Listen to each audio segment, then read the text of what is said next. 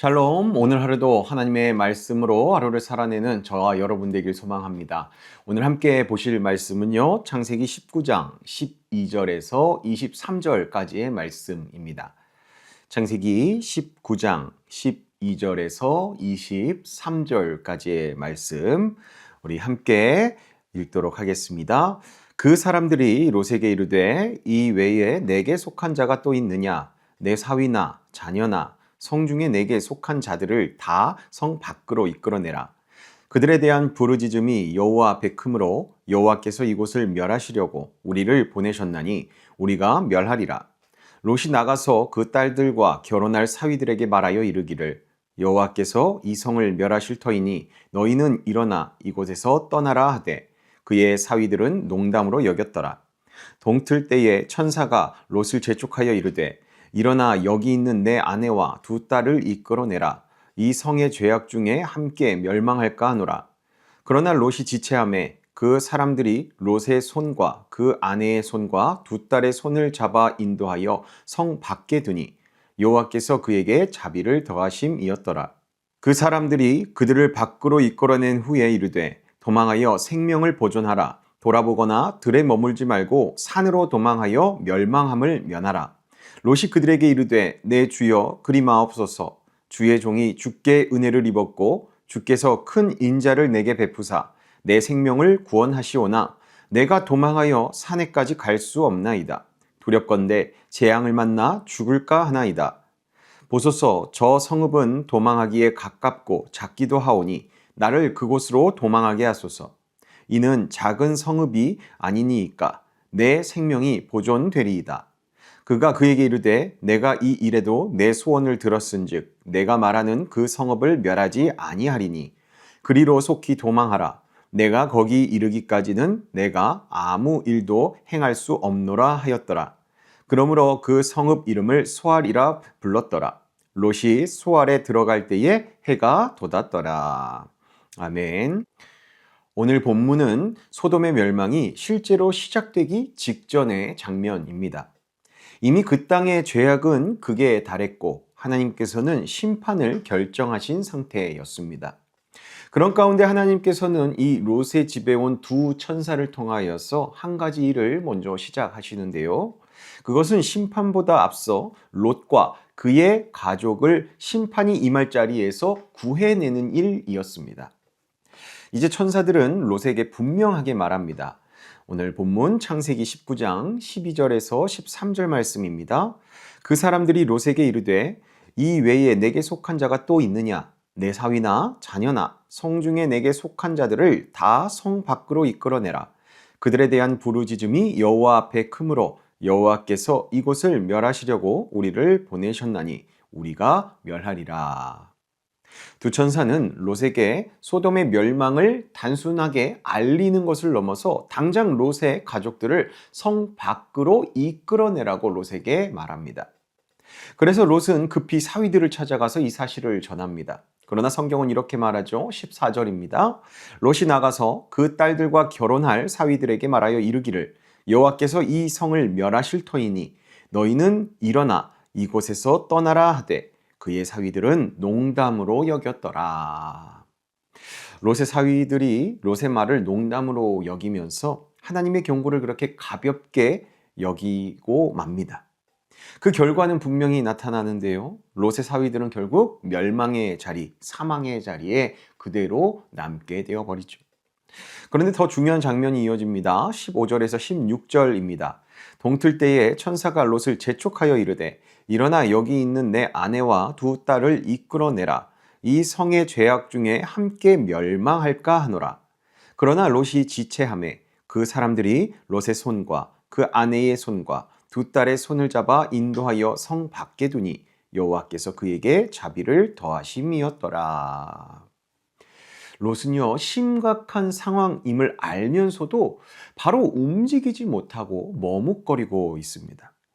그때 두 천사가 어떻게 합니까? 직접 롯의 손을 잡고 또 그들의 가족의 손을 잡고 끌어냅니다. 여기서 분명한 사실이 하나 나타나죠. 롯이 구원받을 수 있었던 것, 그의 가족이 구원받을 수 있었던 것은 롯이 잘해서입니까? 아니라는 것이죠. 두 천사가 롯과 그의 가족들의 손을 붙잡아서 끌어냈기 때문에 롯과 그의 가족이 이 멸망할 성 밖으로 나올 수 있었던 겁니다. 즉, 롯은 꿈을 거렸지만 하나님께서 두 천사를 통해 롯과 그의 가족을 구원하셨다라는 겁니다. 전적인 하나님의 일하심이었죠. 하나님께서 그리하지 않으셨다면 이 롯과 그의 가족의 생사 장담할 수 없었을 겁니다. 그렇게 하나님의 은혜로 성 밖으로 나온 롯과 그 가족에게 두 천사는 분명하게 명하죠. 17절입니다. 그 사람들이 그들을 밖으로 이끌어낸 후에 이르되 도망하여 생명을 보존하라. 돌아보거나 들에 머물지 말고 산으로 도망하여 멸망함을 면하라. 이 말씀은 간단합니다. 살기 위해서는 지금 당장 떠나야 한다는 겁니다. 돌아보지도 말고 멈추지도 말고 그대로 순종하여 저 산으로 가라라는 겁니다.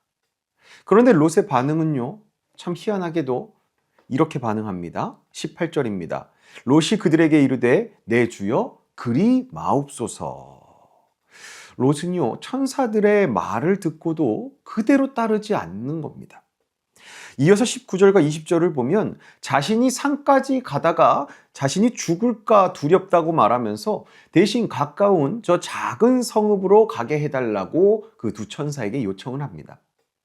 롯은 처음 멸망할 성 안에서 탈출하기를 꾸물거렸었죠. 그렇게 꾸물거리더니 이제는 도망칠 장소까지 자기가 직접 정하려고 합니다. 참으로 답답한 모습이죠. 그냥 그 천사가 말하는 대로만 하면 될 터인데 어찌 그렇게 자신의 말로, 생각으로, 판단으로 그렇게 도망칠 곳조차 자신이 정하려고 하는 걸까요? 분명 하나님께서는 이 천사들을 통하여서 롯이 도망칠 길을 분명하게 말씀하셨지만 롯은 자신의 생각과 두려움을 앞세워서 다른 길을 그렇게 스스로 선택한 겁니다. 우리 모습도 때로는 이와 같을 때가 있죠. 하나님의 말씀을 우리가 듣지만 또 깨닫지만 그대로 순종하기보다 우리가 적당한 핑계를 대면서 내 상황에 맞게 바꾸려고 할 때가 있죠. 그런데 이 상황에서 중요한 것은요, 이러한 롯의 모습에도 불구하고 두 천사는 롯과 그의 가족을 포기하지 않았다는 사실입니다. 이 점이 중요합니다. 두 천사는요, 이 롯의 요청을 거절하지 않습니다. 억지로 산으로 그냥 피해라 라고 말하지도 않습니다. 21절입니다. 그가 그에게 이르되 내가 이 일에도 내 소원을 들었은즉 내가 말하는 그 성읍을 멸하지 아니하리니. 하나님께서는 롯의 부족한 모습에도 불구하고 그가 살 수 있는 길을 그가 원한 길로 열어주시는 겁니다. 그리고 22절 상반절을 보면 두 천사가 이렇게 말합니다. 그리로 속히 도망하라. 내가 거기 이르기까지는 내가 아무 일도 행할 수 없노라. 이 말씀은 아주 중요한 의미를 갖습니다. 그 의미가 무엇인지요? 롯과 롯의 가족이 그 롯이 말한 그 작은 성읍에 도착하기 전까지 하나님의 심판이 미뤄질 것이다 라는 뜻이 담겨 있는 겁니다. 그래서 이 말씀이 중요한 거죠.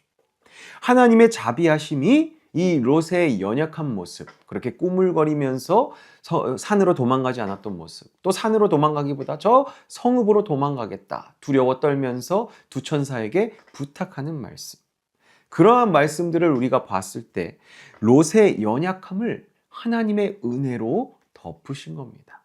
결국 어떻게든 이렇게 롯을 구원하신다는 거죠. 그리고 오늘 본문의 마지막인 23절을 보면 이렇습니다. 롯이 소알에 들어갈 때에 해가 돋았더라. 롯이 소알성에 들어가자마자 날이 밝은 겁니다. 이 날이 밝는다는 의미가 무엇이냐? 롯에게는 구원이 이루어지는 순간이었고요. 또 동시에 소돔에는 이제 심판이 시작되는 시점이 된 것입니다. 오늘 내용을 살펴보면 롯이 완벽해서 구원을 얻은 겁니까? 아닙니다. 끝까지 롯을 인도하신 하나님의 자비와 은혜 때문에 롯과 그의 가족들이 구원받을 수 있었던 거죠. 이제 오늘 말씀을 정리해 보겠습니다. 소돔은 죄로 인해 심판을 피할 수 없는 상태였고 롯 역시 그 안에 머물러 있었습니다. 롯은 소돔의 멸망이라는 그 긴박한 상황을 알면서도 듣고서도 머뭇거렸습니다. 하나님의 말씀보다 자신의 생각을 앞세우는 모습까지도 보였었죠. 그러나 두 천사는 그러한 롯을 그대로 두지 않고요, 손을 잡아 이끌어냈고 끝까지 그들이 안전할 수 있는 곳으로 도망치도록 인도해냈습니다. 롯과 그의 가족이 구원받은 이유가 무엇입니까? 결국 하나님의 자비하심, 하나님의 은혜입니다. 이 말씀은 오늘날 우리에게도 그대로 적용됩니다.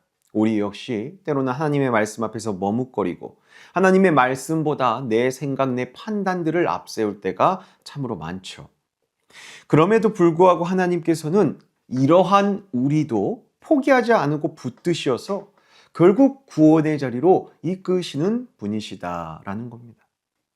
그걸 우리가 어떻게 할 수 있을까요? 우리가 롯과 같이 이렇게 연약하다는 것을 저와 여러분 스스로도 너무 잘 아실 겁니다. 그럼에도 지금 이 시간 우리가 이 유튜브 영상을 통하여서 하나님의 말씀을 듣고 묵상할 수 있는 이유가 무엇일까요? 우리가 예수님을 구주로 고백할 수 있는 이유는 또 무엇일까요? 우리는 부족하지만, 때로는 죄에 넘어지지만, 하나님의 말씀보다 내 생각과 판단이 앞설 때도 있지만, 그렇게 우리는 부족하나 롯처럼 하나님의 자비하심과 은혜로 우리가 구원의 복을 누리고 있기 때문에 오늘도 이렇게 말씀 앞에 설 수 있는 것이고, 오늘 하루도 말씀에 붙들려 살 수 있도록 이렇게 노력할 수 있는 것입니다.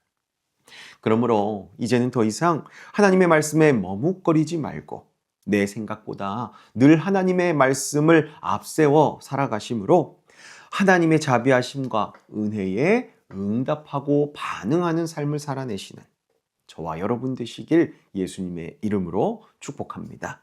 기도하겠습니다. 자비하신 하나님 아버지, 오늘 주신 말씀 앞에 우리 스스로를 세우며 연약한 모습들, 우리들의 부족한 모습들을 돌아봅니다. 우리는 롯처럼 머뭇거리고 하나님의 말씀보다 내 생각을 앞세우며 살아올 때가 많았습니다.